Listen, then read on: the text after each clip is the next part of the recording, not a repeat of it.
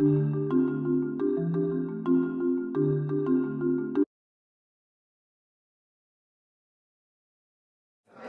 biggest thing that the founders would say they appreciate is the quality of who's around them. So a fundamental belief at RocketSpace is that young companies are like young people. They are a product of their environment. Who they sit next to, the conversations they have, their surroundings massively affect the outcome of the company.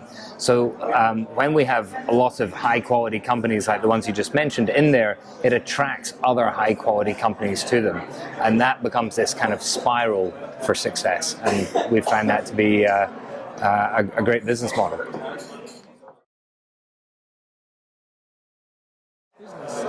So corporations, our corporate business has grown very, very quickly. And it's kind of really interesting because corporations really come to us from one of two sides, fear or greed. And if it's fear, they talk about disruption. If it's greed, they talk about innovation. Now, the irony is that those are exactly the same things.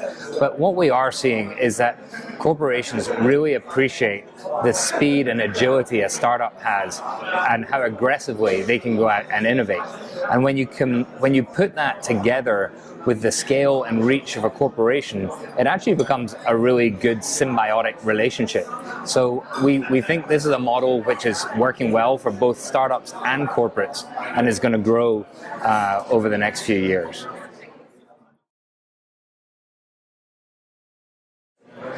So our selection process is pretty easy because every company that comes to RocketSpace must be funded. They must have raised one round. They must be a technology company, and they must have raised one round of capital already.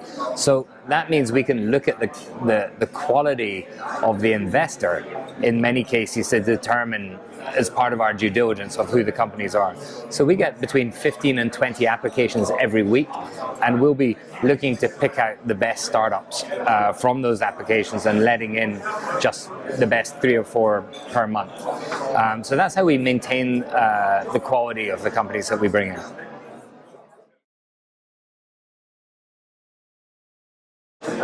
So every company is different. Every company has its own culture and so forth. I think if there's any consistent traits among the companies which are highly successful, it's the founders' focus on hiring and the team. I often say, if you're the founder, you don't build the company. All you do is hire the team, and it's the team who builds the company. So you better hire really good people. And the startups that focus on culture and hiring and take that, really seriously, tend to be the ones that survive through the storm that is building a startup. So those are the common. That's probably the most consistent across, no matter whether it's gaming or mobile or a marketplace across the companies. With regards to what technology we see coming through now, obviously this year we're seeing a lot more, or in the last 6 months, a lot more VR, AR, augmented reality, virtual reality. It seems to now be getting traction as more and more headsets get out into the marketplace. Funding platforms, crowdfunding, peer-to-peer lending, these sort of things are also seeing good traction in there. We don't do hardware, but we certainly see a lot more people working around the Internet of Things and providing software for devices to communicate with each other, or that side of things. So, it's a thriving economic situation we're in at the moment, and I'd say there's also a thriving innovative economy.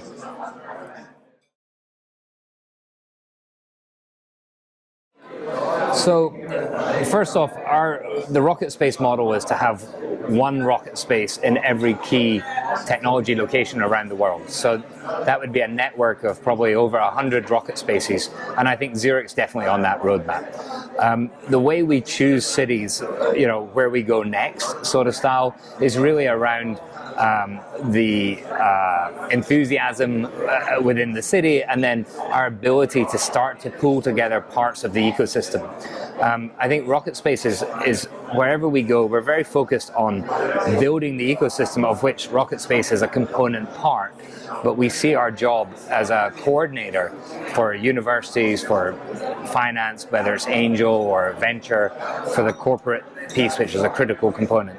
So we have started those conversations here, and I'd love to see, we'd love to put a RocketSpace here and become part of the Zurich's technical initiative. So we're flattered in San Francisco about just the sheer volume of people that apply to RocketSpace, and I think in Zurich we would have to look earlier in the cycle, probably put in place or partner with a local incubator where they can help turn ideas into companies, and then we pick up when the company has formed, how do we help them accelerate into success? So, we're in San Francisco, there's numerous incubators. We partner with a lot of them. Here in Zurich, if there wasn't one to partner with, we'd have to look at forming that ourselves and getting the community involved in that.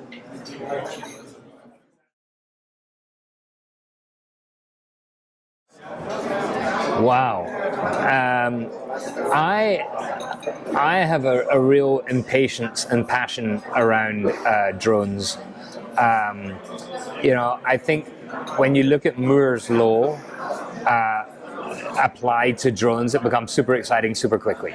So, when you start seeing the distance they can travel doubles every 14 months, the payload they can carry doubles every 14 months, the speed they go at doubles every 14, then in 5 years we'll have things traveling 200 miles carrying a car.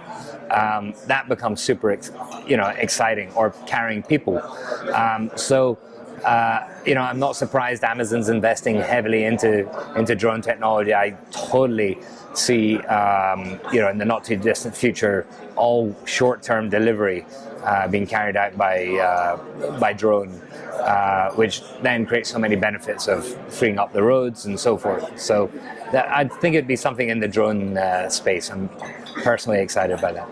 Duncan Logan, many thanks for your time. Thank you.